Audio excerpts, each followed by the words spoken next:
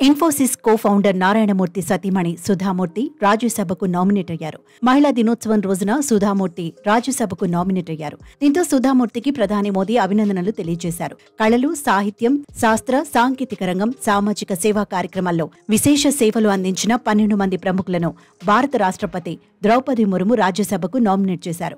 ఆ 12 మందిలో సుధామూర్తి ఒకరు. సుధామూర్తిని పెద్దల సభకు పంపించడం సంతోషంగా ఉందని భారత ప్రధాని నరేంద్ర మోదీ సోషల్ మీడియా వేదికగా చెప్పుకొచ్చారు. సుధామూర్తి ఎన్నో సామాజిక సేవా కార్యక్రమాలు చేస్తుంటారని, విద్యారంగం కోసం ఆమె అపారమైన సేవలు అందించారని కొనియాడారు.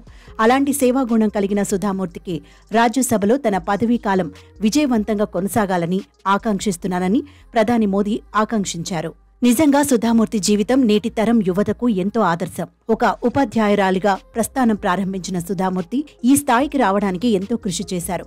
సుధామూర్తి 19 ఆగస్టు 1951న కర్ణాటకలోని షిగ్గావ్లో జన్మించారు. ఆమె దేశస్థ మాధవ బ్రాహ్మణ కుటుంబానికి చెందినవారు.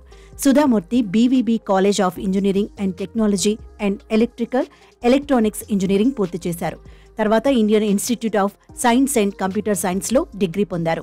1996లో సుధామూర్తి ఇన్ఫోసిస్ ఫౌండేషన్ను ప్రారంభించారు.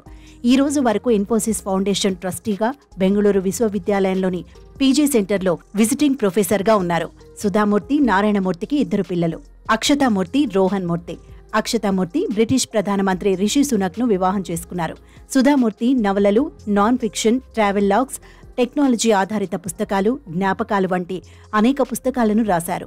ఆమె రాసిన అన్ని పుస్తకాలను ప్రధాన భారతీయ భాషల్లోకి అనువదించారు. 2006లో ఆమె చేసిన సామాజిక సేవకు గాను ప్రభుత్వం భారతదేశపు 4వ అత్యున్నత పౌర పురస్కారం పద్మశ్రీని అందుకున్నారు.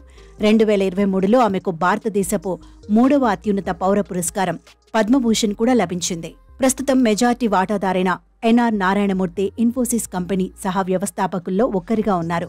10,000 పెట్టుబడితో అతడు కంపెనీకి సహ వ్యవస్థాపకులయ్యారు. అయితే ఆ 10,000 తన భార్య సుధామూర్తి నుంచి అప్పుగా తీసుకుని ఇన్వెస్ట్ చేశారు. ఆ 10,000 ప్రస్తుతం వారిని సుసంపన్నులను చేసింది.